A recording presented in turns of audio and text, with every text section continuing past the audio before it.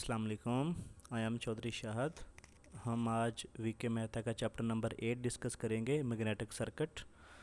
तो ये हमारा वीके मेहता की सीरीज़ है जिसमें हम वीके मेहता के जितने चैप्टर्स हैं उनके एमसीक्यूज़, उनकी थ्योरी और उनके इंपॉर्टेंट न्यूमेरिकल डिस्कस करेंगे। इसी तरह हम हांडा के, बी एल थराजा के जितने भी चैप्टर्स हैं उनके इंपॉर्टेंट चैप्टर्स और उनकी थ्योरी, उनके एमसीक्यूज़ और उनके न्यूमेरिकल डिस्कस करेंगे। तो हमारे चैनल के साथ जुड़े रहिएगा। चलें इसकी थ्योरी स्टार्ट करते हैं। सबसे पहले ये हम मैग्नेटिक सर्किट का जो चैप्टर है, ये कंपैरिजन है, ये पहले भी कर चुके हैं। मैग्नेटिक सर्किट में क्या होता है, मैग्नेटिक फ्लक्स होता है। इसका फार्मूला क्या होता है, एमएमएफ ओवर रिलक्टेंस। बेसिकली अगर इसका हम इलेक्ट्रिक सर्किट के साथ कंपैरिजन करें तो जो काम मैग्नेटिक फ्लक्स करता है वो इलेक्ट्रिक सर्किट में करंट करता है। एमएमएफ जो काम करती है वो इलेक्ट्रिक सर्किट में वोल्टेज करता है। रिलक्टेंस जो काम करती है इलेक्ट्रिकल सर्किट में वो काम रेजिस्टेंस करती है। बेसिकली रिलक्टेंस क्या करती है, ये चेंज ऑफ फ्लक्स को अपोज करती है। इसमें इंपॉर्टेंट टर्म्स है, मैग्नेटोमोटिव फोर्स की डेफिनेशन है, रिलक्टेंस की डेफिनेशन है। ये क्या होती है, the opposition that magnetic circuit offer to a flux is called reluctance. Permeance की डेफिनेशन है, it is a reciprocal of reluctance and it measure is at for which flux can pass through a material.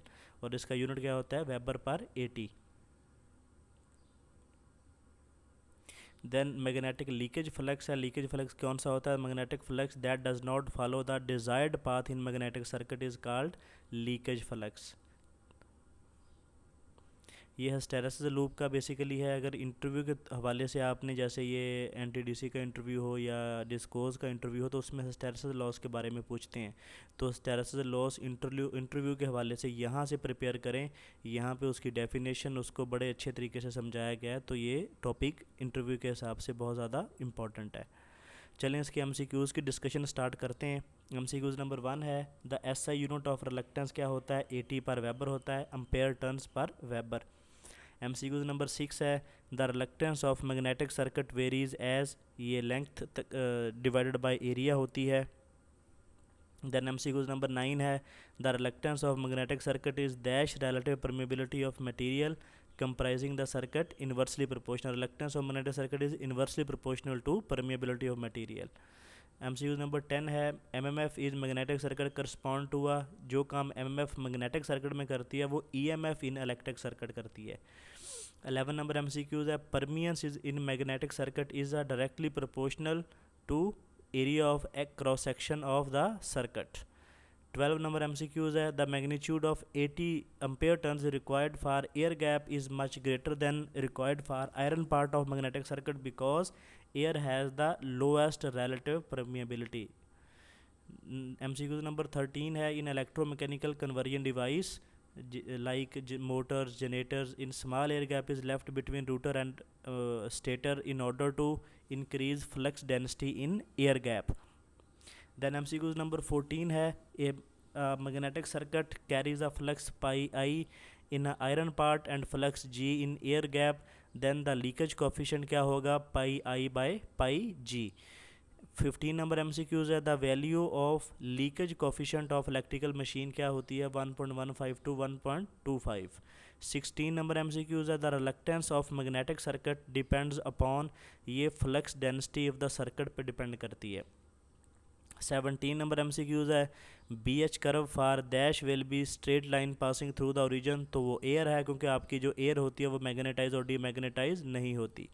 MCQs number 18 है, what ever may be flux density in dash material will never saturate, तो आपकी air saturate नहीं होती क्योंकि इसीलिए हम जो जितने भी आपके मेगा हर्ट्ज़ में फ्रीक्वेंसी होती है तो वहाँ पे या एयर कोर होते हैं या वो फेराइट कोर होते हैं। 19 number MCQ, the B H curve of dash will not straight line, तो ये सॉफ्ट आयरन की है। एमसीक्यूज नंबर 20 है, if the B H curve is use to find M M F of dash in a magnetic circuit, तो ये iron part की जो M M F find करने के लिए यूज़ होती है। एमसीक्यूज नंबर 22 है, the saturation flux density for most magnetic material is 2 weber per metre square. 23 number MCQs है, hysteresis is a phenomena of dash in magnetic circuit lagging of B behind H, ये flux density जो है वो lag करती है आपके H से। Then MCQ number 27 है, if magnetic material is located within the coil through which alternating current is flow then dash hysteresis loop will formed every second. तो 50 आपके हिस्टैरिसीस लूप बनेंगे। 28 है, out of the following material the area of hysteresis loop will be least for, ये silicon steel का जो area होगा वो least होगा। 29 नंबर MCQ है, material used for core of good relay should be narrow hysteresis loop होगा उसका। 30 number MCQ है, the magnetic material used for dash should have the large hysteresis loop. तो परमानेंट मैग्नेट का जो hysteresis loop होगा वो सबसे लार्ज होगा। देन MCQ नंबर 30 है, when transformer primary is feed from AC its core heat up due to, आपको पता है कि उसमें हिस्टैरिसीस लॉस हो रहा होता है इसलिए उसकी कोर हीट अप होती है। एडी करंट लॉस और hysteresis loss in the form of heat produce होते हैं। 32 है, hysteresis loss can be reduced by using material of narrow hysteresis loop, क्योंकि जो आपका लूप होता है वो बेसिकली उतना ही आपकी कोर में एनर्जी लॉस हो रहा होता है हिस्टैरिसीस की वजह से। 36 है, the hysteresis loop for material having high retentivity, तो वाइड होगा। 37 है, fringing effect is ignored in magnetic circuit if air gap is small. Fringing का मतलब है जो आपका लीकेज फ्लक्स होता है वो इग्नोर कर देते हैं हम जहाँ पे एयर गैप आपका स्मॉल होता है। 38 है, the air cored coil carried steady current if air core is replaced by ferromagnetic material the flux density in the core will वो increase कर जाएगी। देन MCQ नंबर 42 है, hysteresis loop of material having low retentivity, तो वो narrow होगा क्योंकि जब उसमें रिटेनिटिविटी नहीं होगी तो वो मैग्नेटिक फ्लक्स डेंसिटी को स्टोर नहीं करेगा, तो उसका जो हिस्टैरिसीस लूप होगा वो नैरो होगा। 43 है, the SI unit of U not is, ये weber per 80 ampere turns per metre है। देन MCQ नंबर 48 है, the unit of relative permeability, ये नंबर होता है।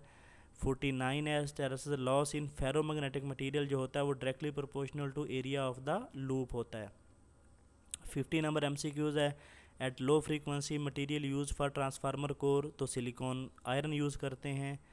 51 है, at high frequency material use for transformer core, तो हम फेराइट यूज़ करते हैं।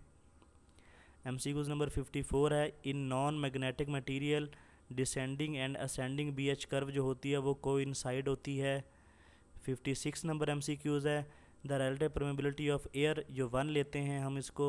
57 है, the slope of BH curve of material gives it's absolute permeability, वो प्रोवाइड करती है। 58 है, the value of relative permeability of ferromagnetic material dash with the increase in temperature, तो वो डिक्रीज करती है with increase in temperature. Then 60 है, the electromagnet users, ये सॉफ्ट आयरन कोर यूज़ करते हैं। 61 है, magnetic shield are used for a material having the low permeability. Magnetic shield किस लिए यूज़ करते हैं कि ताकि जो एक्सटर्नल मैग्नेटिक फील्ड है वो मेन मैग्नेटिक फील्ड को इफ़ेक्ट ना करे। MCQ नंबर 62 है, the hysteresis cycle for material of transformer, ये टॉल एंड नैरो होता है।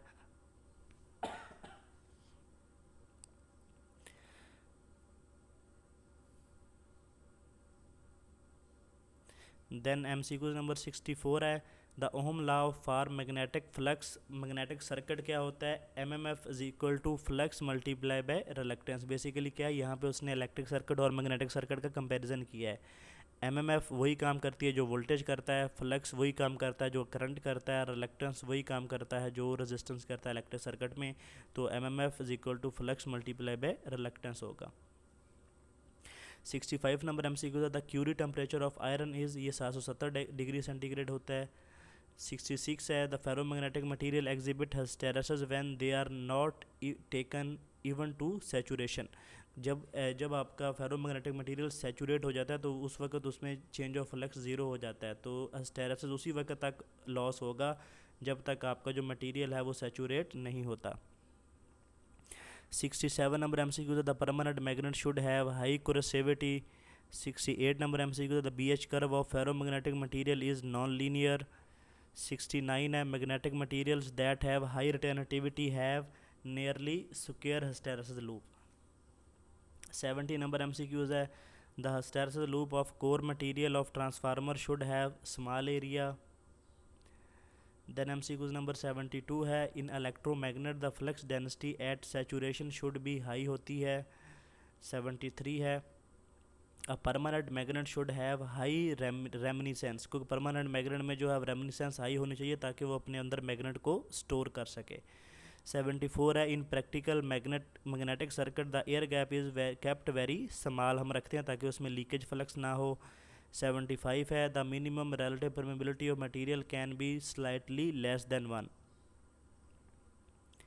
MCQ नंबर 79 है, due to fringing at the air gap in magnetic circuit the effective area of air gap is increase हो जाता है।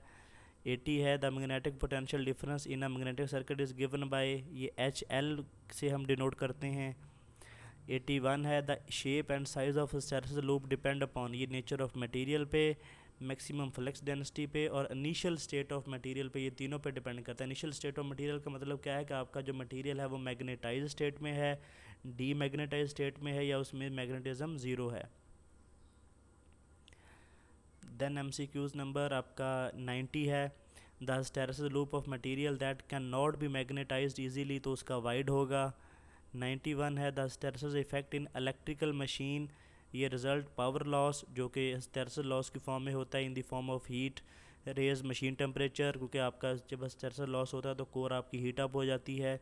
Reduce machine efficiency, और machine की efficiency reduce करता है। 92 नंबर MCQs है, the effect of fringing in air gap, ये reluctance decrease करता है।